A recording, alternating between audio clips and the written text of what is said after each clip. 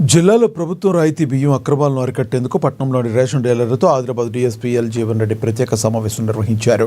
తెల్ల రేషన్ కార్డుదారులకు మాత్రమే రాయితీ బియ్యం సరఫరా చేయాలని, ఇతరులకు విక్రయించడం లేదా బ్రోకర్లతో కుమ్మక్కే దుర్వినియోగానికి పాల్పడితే కఠిన చర్యలు తప్పవని హెచ్చరించారు. రాయితీ బియ్యాన్ని అక్రమంగా సేకరించి మార్కెట్లో విక్రయించే బ్రోకర్లపై బైండ్ ఓవర్ చర్యలు తీసుకుని సస్పెన్షన్ షీట్లు ఓపెన్ చేస్తామని తెలిపారు. పదే నిబంధనలు ఉల్లంఘించిన డీలర్లపై క్రిమినల్ కేసులు నమోదు చేసి లైసెన్సులు రద్దు చేసే చర్యలు తీసుకుంటామని హెచ్చరించారు.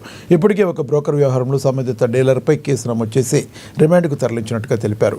ప్రజలు ప్రభుత్వ రాయితీ బియ్యాన్ని సద్వినియోగం చేసుకోవాలని, ఎలాంటి అక్రమాలు గమనించినా వెంటనే పోలీసులకు సమాచారం అందించాలని సూచించారు. ప్రజలు రాయితీ బియ్యాన్ని బ్రోకర్లకు విక్రయించడం చట్టరీత్యా నేరమని తెలిపారు. ఒకవేళ కొనుగోలు చేసిన బ్రోకర్లు ప్రజల పేర్లు చెప్తే వారిపై సైతం చట్ట ప్రకారం చర్యలు తీసుకుంటామన్నారు.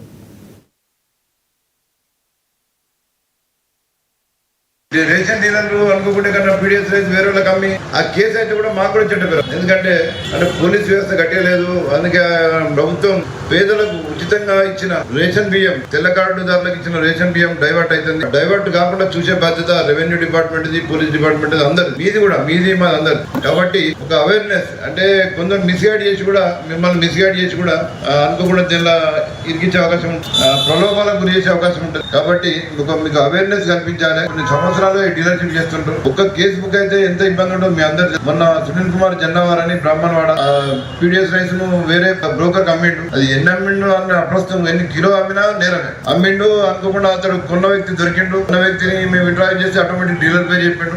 డీలర్ పట్టుకొచ్చి కూడా డీలర్ ఒప్పుకున్నాం. ఇప్పుడు ఆ సునీల్ కుమార్ జన్నవార్ ను అరెస్ట్ చేసి రిమాండ్ పంపడం జరిగింది. జైలుకి వెళ్ళిపోయింది. 2-3 days జైల్లో ఉండడం జరిగింది. అది మరి ఎందుకు చేసిండో తెలియదు కానీ అనవసరంగా క్రిమినల్ కేసు బుక్ అయింది. జైలుకి వెళ్ళిపోయాడు. తర్వాత జరిగింది వాళ్ళ ఫోన్లు సీజ్ చేయడం జరిగింది. వాళ్ళు మారకపోతే వారిని బైండ్ ఓవర్ కూడా చేయడం జరిగింది. తహసీల్దార్ దగ్గర బైండ్ ఓవర్ చేసిన తర్వాత కూడా మళ్ళా ప్రభుత్వం ఎంతో డబ్బులు వెచ్చించి పేద ప్రజలకు మంచి సన్న బియ్యం, కాబట్టి జనరల్ కామన్ రైస్ కంటే ఇంక ఫోర్టిఫైడ్ రైస్ ఇంకా హెల్తీ ఫుడ్ ఇది. కాబట్టి మీరు కూడా అవగాహన కల్పిస్తున్నారు, మేము కూడా కల్పిస్తాం. కాబట్టి ఈ మంచి కాస్ట్లీ బియ్యం, ఈ సన్న బియ్యం, ఫోర్టిఫైడ్ రైస్ మన పేద ప్రజలకు ఇచ్చినప్పుడు వాళ్ళందరూ దీన్ని సద్వినియోగం